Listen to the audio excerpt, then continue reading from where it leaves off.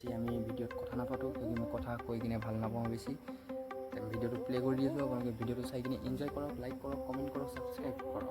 যিমান আপোনালোকে like comment subscribe দিব, সিমান মোৰ ভিডিঅ' এই চেনেলটোত পাই থাকিব আৰু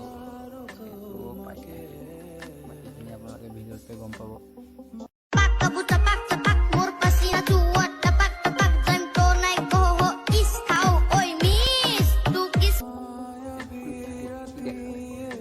মানে হাত পাৰ হৈ গৈছে, কি কম, সেইখনত যায়